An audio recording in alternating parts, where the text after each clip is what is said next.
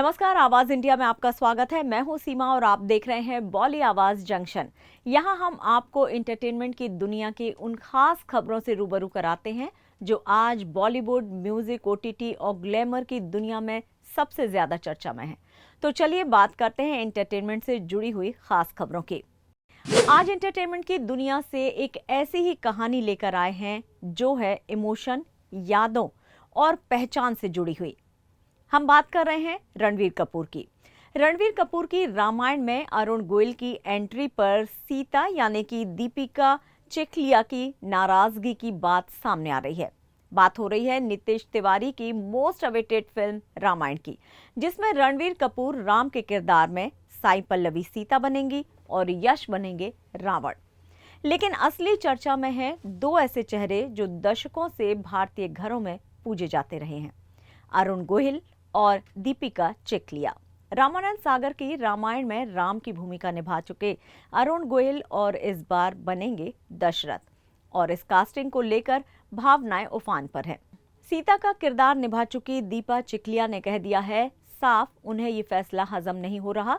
उन्होंने कहा कि मैंने भगवान राम के रूप में देखा है, दशरथ के रूप में देखना मुश्किल है।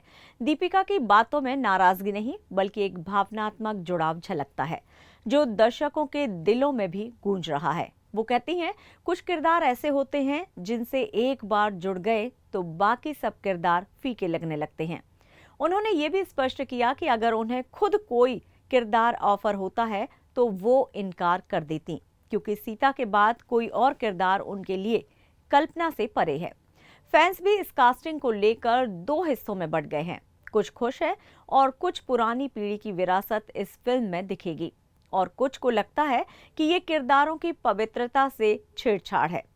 रणवीर कपूर का लुक पहले ही वायरल हो चुका है। 2026 की दिवाली पर इस फिल्म के रिलीज की उम्मीद है। फिलहाल सोशल मीडिया पर बहस जारी है, क्या राम कभी दशरथ बन सकता है। और अब बात करते हैं बिग बॉस रियलिटी शो की। बिग बॉस 19 में सलमान खान को मिलेंगे कई होस्टिंग पार्टनर। जी हां, बिग बॉस के फैंस हो जाए तैयार, क्योंकि सीजन 19 के साथ आ रहा है एंटरटेनमेंट का डबल डोज और होस्टिंग का ट्विस्ट। हर साल यहां भाईजान सलमान खान इस शो के अटूट हिस्सा रहे हैं, लेकिन इस बार कहानी थोड़ी सी अलग है। जी हां, इस बार शो 5 महीने से भी ज्यादा लंबा चलेगा और सलमान खान होंगे सिर्फ पहले 3 महीनों तक। उसके बाद बिग बॉस के मंच पर एंट्री होगी 3 और धांसू हस्तियों की, करण जौहर, फराह खान और अनिल कपूर। इन तीनों ने पहले भी शो के खास सीजन यानी कि वीकेंड का वॉर को होस्ट किया है और दर्शकों का दिल भी जीता है। अब सवाल यह है कि क्या इस हफ्ते होस्ट बदलेगा या इन तीनों में से कोई एक लगातार बनेगा बिग बॉस की आवाज। मेकर्स अभी इस पर विचार कर रहे हैं, लेकिन जो तय है वो है ग्रैंड फिनाले। एक बार फिर से भाईजान सलमान खान ही होस्ट करेंगे। शो से जुड़े फैन पेज पर यह खबर आते ही सोशल मीडिया पर मच गया है तहलका। कुछ फैंस खुश हैं कि शो में ताजगी आएगी, तो कुछ बोले बिग बॉस सिर्फ सलमान ही हैं। खबर है कंटेस्टेंट की लिस्ट भी धीरे धीरे फाइनल हो रही है और अगस्त में शो ऑन एयर हो सकता है। मेकर्स इस बार शो को सिर्फ एक रियलिटी नहीं बल्कि एक मेगा ड्रामा बनाने की तैयारी में है। तो अगर आप भी बिग बॉस फैन हैं तो हो जाइए तैयार। ड्रामा भी डबल होगा, होस्ट भी मल्टीपल। अब देखना यह है कि दर्शक इस नए बदलाव को गले लगाते हैं या पुराने फॉर्मूले को ही मिस करेंगे।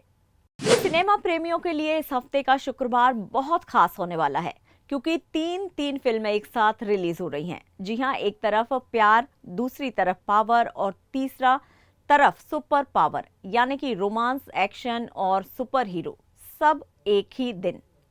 पहली फिल्म है आंखों की गुस्ताखियां। शनाया कपूर का डेब्यू विक्रांत मैसी के साथ रस्किन बॉन्ड की स्टोरी पर आधारित ये रोमांटिक ड्रामा पहले ही सोशल मीडिया पर छा चुका है। दूसरी फिल्म है मालिक, जिसमें राजकुमार राव और मानुषी छिल्लर गैंगस्टर और पुलिस की कहानी में भिड़ते नजर आएंगे। राजकुमार के ट्रांसफॉर्मेशन और एक्शन ने ट्रेलर से ही दर्शकों को दीवाना बना दिया है। और तीसरी फिल्म है सुपरमैन। जी हां, क्लार्क केंट अब भारतीय सिनेमा घरों में उड़ान भरने को तैयार है। बच्चों से लेकर बड़ों तक सभी को इसका बेसब्री से इंतजार है। माना जा रहा है कि सुपरमैन बॉक्स ऑफिस पर तगड़ी ओपनिंग दे सकती है। वहीं मालिक नॉर्थ इंडिया के दर्शकों को ज्यादा अपील करेगी और आंखों की गुस्ताखियां यंग ऑडियंस को लुभाएगी। इस ट्रिपल रिलीज को लेकर टिकट विंडो पर पहले ही एडवांस बुकिंग के आंकड़े रिकॉर्ड ब्रेकिंग है। अब देखना यह है कि शुक्रवार बॉक्स ऑफिस का असली बादशाह कौन बनता है, प्यार, पावर या फिर सुपर पावर। ये खबर टीवी देखने वालों के लिए बेहद खास है। जी हां, टीवी की तुलसी यानी कि स्मृति ईरानी एक बार फिर से लौट रही हैं उस शो में जिसने उन्हें बना दिया था हर घर का हिस्सा, क्योंकि सास भी कभी बहू थी का नया सीजन अब सिर्फ अफवाह नहीं रहा, बल्कि खुद स्मृति ने इसकी पुष्टि कर दी है। उन्होंने कहा है कि सिर्फ रोल में वापसी नहीं, एक भावना में लौटना है। स्मृति का कहना है कि ये शो उनकी जिंदगी का सबसे अहम पड़ाव रहा और अब वक्त आ गया है उस विरासत को आगे बढ़ाने का। वो अब सिर्फ एक्ट्रेस नहीं, बल्कि ऐसी स्टोरी टेलिंग का हिस्सा बनना चाहती हैं जो समाज, संस्कृति और संवेदनाओं को जोड़ता है। उन्होंने कहा, मैं वापस लौट रही हूं, सिर्फ यादों के लिए नहीं, बल्कि एक उद्देश्य के लिए। 25 साल के अनुभव के बाद अब तुलसी की वापसी टीवी की दुनिया में नई ऊर्जा ला सकती है। स्मृति ईरानी अब एक राजनेता और एक सशक्त महिला के रूप में भी पहचानी जाती हैं। उनका कहना है, मुझे 2 मंचों पर काम करने का मौका मिला, एक मीडिया और एक पब्लिक पॉलिसी में, और अब मैं दोनों अनुभव साथ लेकर आई हूं। वो इस शो को एक मिशन की तरह देख रही हैं जिसमें भारतीय और स्त्री सशक्तिकरण का मेल होगा। शो के नए सीजन को लेकर अभी कास्टिंग और प्लॉट डिटेल्स सामने नहीं आई है, लेकिन स्मृति की वापसी ही लोगों की टीवी से फिर से जोड़ने की एक बड़ी मुहिम होगी। अब देखना यह है कि तुलसी क्या फिर से वही जादू बिखेरेंगी जो 2 दशक पहले हर घर में चल रहा था। वेब सीरीज की दुनिया में तहलका मचाने वाली पंचायत एक बार फिर से खबरों में है। फुलेरा गांव की सियासत, प्यार और सरलता से भरी इस कहानी का 5वां सीजन अब ऑफिशियली अनाउंस हो चुका है। जी हां, प्राइम वीडियो ने सोशल मीडिया पोस्ट कर इसकी पुष्टि कर दी है। पंचायत सीजन 5 फिलहाल डेवलपमेंट स्टेज पर है और इसे 2026 में रिलीज किया जाएगा। इससे पहले रिंकी का किरदार निभा रही अभिनेत्री साम्बिका ने भी एक इंटरव्यू में इशारा कर दिया था कि काम शुरू हो चुका है और अब प्लेटफॉर्म की ओर से भी मोहर लग गई है। पंचायत जितेंद्र कुमार, नीना गुप्ता और रघुवीर यादव जैसे दिग्गजों से सजी वो सीरीज है जिसने दर्शकों के दिलों में खास जगह बनाई है। सीजन 4 हाल ही में 24 जून को रिलीज हुआ था, जिसने आते ही कई सवाल छोड़ दिए। क्या सचिव MBA के लिए फुलेरा छोड़ेंगे? क्या रिंकी के साथ उनका रिश्ता अधूरा रह जाएगा? और सबसे बड़ा रहस्य, प्रधान जी को गोली आखिर किसने मारी? फैंस अब इन सवालों के जवाब के लिए सीजन 5 का बेसब्री से इंतजार कर रहे हैं। 2018 से शुरू हुई इस सीरीज ने लगातार अपनी गुणवत्ता और कंटेंट से दर्शकों का भरोसा जीता है। सीजन 2 को 2023 में IFFI यानी कि international film festival of India में बेस्ट वेब सीरीज का अवार्ड भी मिल चुका है। TBF के बैनर तले बनी इस सीरीज को दीपक कुमार मिश्रा ने निर्देशित किया है और स्क्रिप्ट चंदन कुमार ने लिखी है।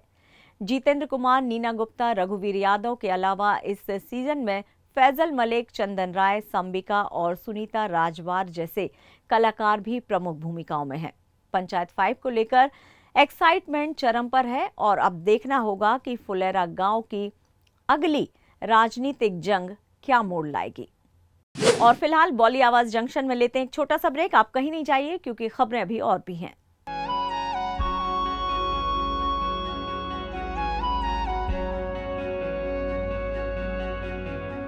आवाज इंडिया, आवाज इंडिया, आवाज इंडिया, आवाज इंडिया, इंडिया, इंडिया, आवाज इंडिया।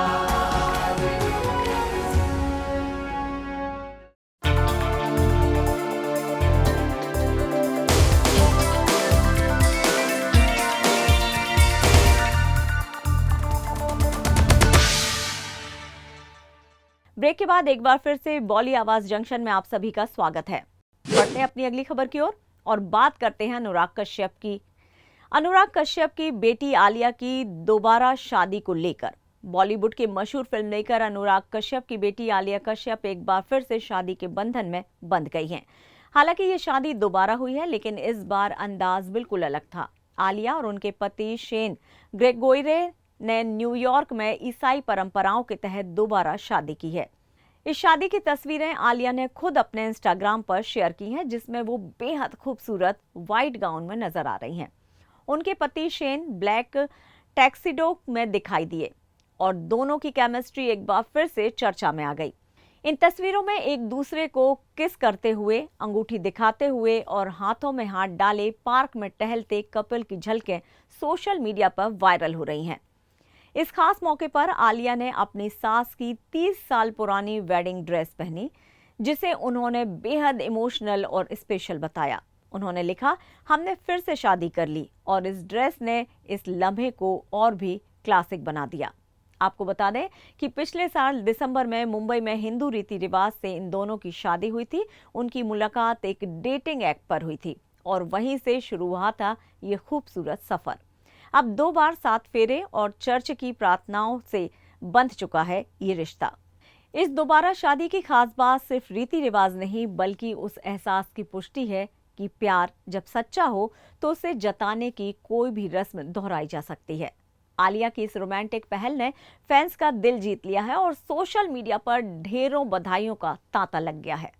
चलिए अब आपको बताते हैं क्रिकेटर सौरव गांगुली को लेकर बन रही बायोपिक को लेकर खास बात। भारतीय क्रिकेट के दादा कहे जाने वाले सौरव गांगुली के जन्मदिन पर उनके फैंस को एक शानदार तोहफा मिला है। वो बायोपिक जिसका लंबे समय से इंतजार किया जा रहा था, अब उसकी पुष्टि खुद गांगुली ने कर दी है। पश्चिम बंगाल के एक कार्यक्रम में दादा ने साफ कर दिया कि उनकी बायोपिक में अभिनेता राजकुमार राव का मुख्य किरदार है। हालांकि फिल्म की शूटिंग अभी शुरू नहीं हुई है क्योंकि राजकुमार के पास डेट्स की समस्या है, लेकिन ये तय है कि फिल्म अगले साल तक स्क्रीन पर आ सकती है। इससे पहले इस रोल के लिए रणबीर कपूर और आयुष्मान खुराना जैसे नाम सामने आए थे, लेकिन फाइनल तौर पर राजकुमार राव का नाम चुना गया है। इस फिल्म का निर्देशन विक्रमादित्य मोडवानी करेंगे और स्क्रिप्ट लिख रहे हैं अभय कुराणे। सौरव गांगुली की बायोपिक में सिर्फ क्रिकेट ही नहीं, उनके संघर्ष, विवाद, कप्तानी और प्रशासनिक सफर को भी दिखाया जाएगा। फिल्म में सीएबी से लेकर बीसीसीआई अध्यक्ष बनने तक के तमाम रंग दिखाए जाएंगे। गौरतलब है कि धोनी और कपिल देव के बाद गांगुली तीसरे ऐसे क्रिकेटर होंगे जिन पर बायोपिक बनेगी। दर्शकों की उम्मीदें इस फिल्म को लेकर काफी ज्यादा हैं, क्योंकि एमएस धोनी 83 जैसी फिल्मों ने दिलों में खास जगह बनाई थी। अब बारी है प्रिंस ऑफ कोलकाता की कहानी की, जो बड़े पर्दे पर देखने लोग आएंगे। एक ऐसे योद्धा की कहानी जिसे मैदान से लेकर बोर्ड रूम तक हर मोर्चे पर जीतना आता है। और अगर राजकुमार राव जैसा कलाकार किरदार निभा रहा हो तो अभिनय के स्तर पर भी ये फिल्म हिट मानी जा रही है। क्रिकेट फैन से लेकर बॉलीवुड प्रेमियों तक सबको अब इस फिल्म का बेसब्री से इंतजार है। और अब बात करते हैं काजोल की फिल्म मां के बॉक्स ऑफिस रिपोर्ट की। तो बॉलीवुड एक्ट्रेस काजोल एक बार फिर से अपनी दमदार एक्टिंग से बॉक्स ऑफिस पर जलवा बिखेर रही हैं। उनकी हालिया फिल्म मां 11 दिन में 32 करोड़ से ज्यादा का कलेक्शन कर चुकी है। फिल्म को हॉरर और इमोशनल ड्रामे के रूप में खूब पसंद किया जा रहा है।